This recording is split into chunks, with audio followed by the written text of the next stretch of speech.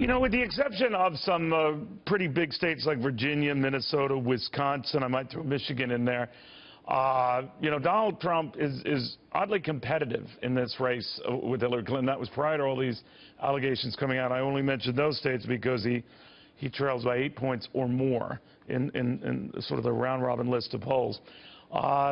So you could make the argument, well, is it worth his fighting to try to win those back? That's in the eye of the beholder.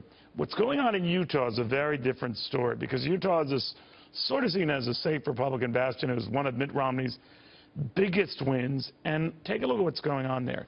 Donald Trump still leads. This is an average, a real clear politics average of polls taken. He has about a 6-point lead.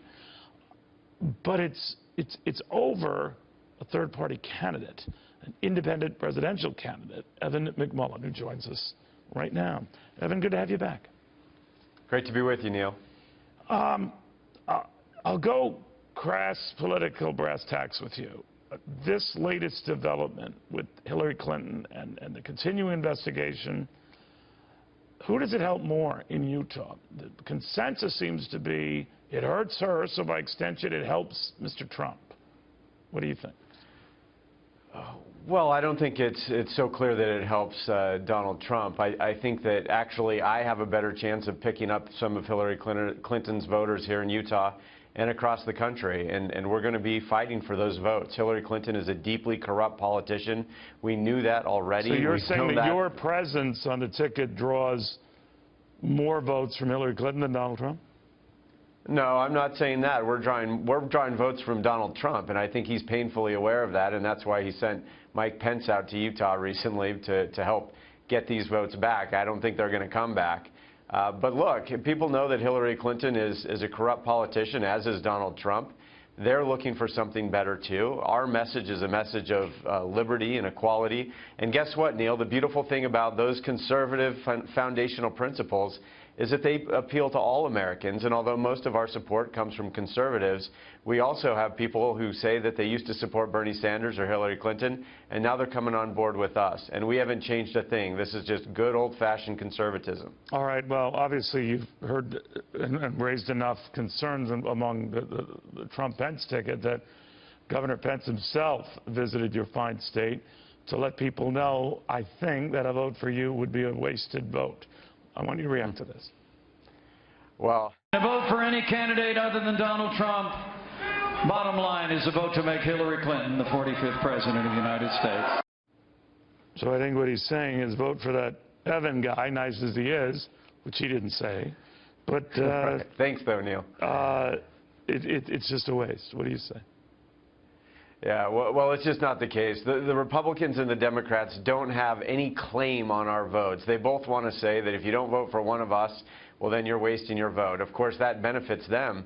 But if they're going to continue to put up flawed, corrupt candidates like Hillary Clinton and Donald Trump, are they always going to demand that they have a right to our vote or that a vote in any other direction is a waste?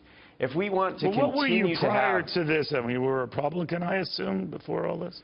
Yeah, I worked in the Republican establishment. I was the chief policy director for the House Republican So it was only, much like people like Mitt Conference. Romney, it was only his presence, Donald Trump's presence, that made you leave the Republican nominee and the Republican Party? Because Mitt Romney just doesn't like Donald Trump. There are problems that existed within the Republican Party before Donald Trump. He came in and took advantage of them. I objected to them before Donald Trump.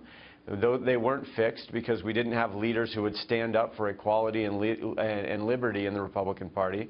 And as a result, we got Donald Trump as the nominee. And as a constitutional conservative who believes in limited government and who believes that all men and women are created equal and in the cause of liberty, I simply cannot be on board with a populist white nationalist movement, which is Trumpism. That just isn't something that I and my supporters can be a part of. But if you had your druthers, I mean, you've got an uphill battle. I think it's safe to say, and I don't want to be jaded here, you're not going to be president. But you could turn this race, certainly in Utah. Yeah. So if you had your choice between those two, Hillary Clinton or Donald Trump, who would it be? Again, Neil, we do not have to continually make this choice. If we're going to frame it that we do. You're on ballots in 11 states. I mean, well, you're very registered good at to math, write in a number of others. Getting good at math, so I assume you've been looking at that math, right? Well, look, but if you're going to do the math, Neil, let's use the right numbers. That's always critical. And we're registered as a write-in, or we appear on the ballots in 43 states. The vast majority of Americans but can vote. again, 32 of those states, you're registered as a write-in. You're right.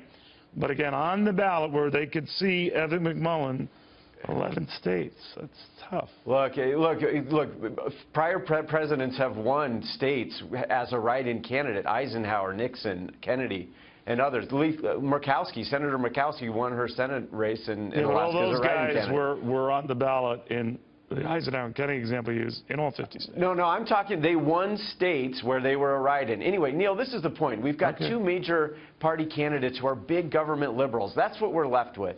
We've got to try to block them both. If the race is close, and it's getting closer now, given what we've learned from the FBI yesterday, if the race is close, we can block them both. If not, we need a new conservative movement in this country, and that's what we're building. What we have now does not work. It's going to lead our country towards fiscal disaster, towards a deprivation of liberty to our citizens. We need something new, and the time to start building that is now. And that's what Mindy Finn and I are building, a new conservative movement. All right. We'll watch very closely. Evan McMullin, thank you very, very much.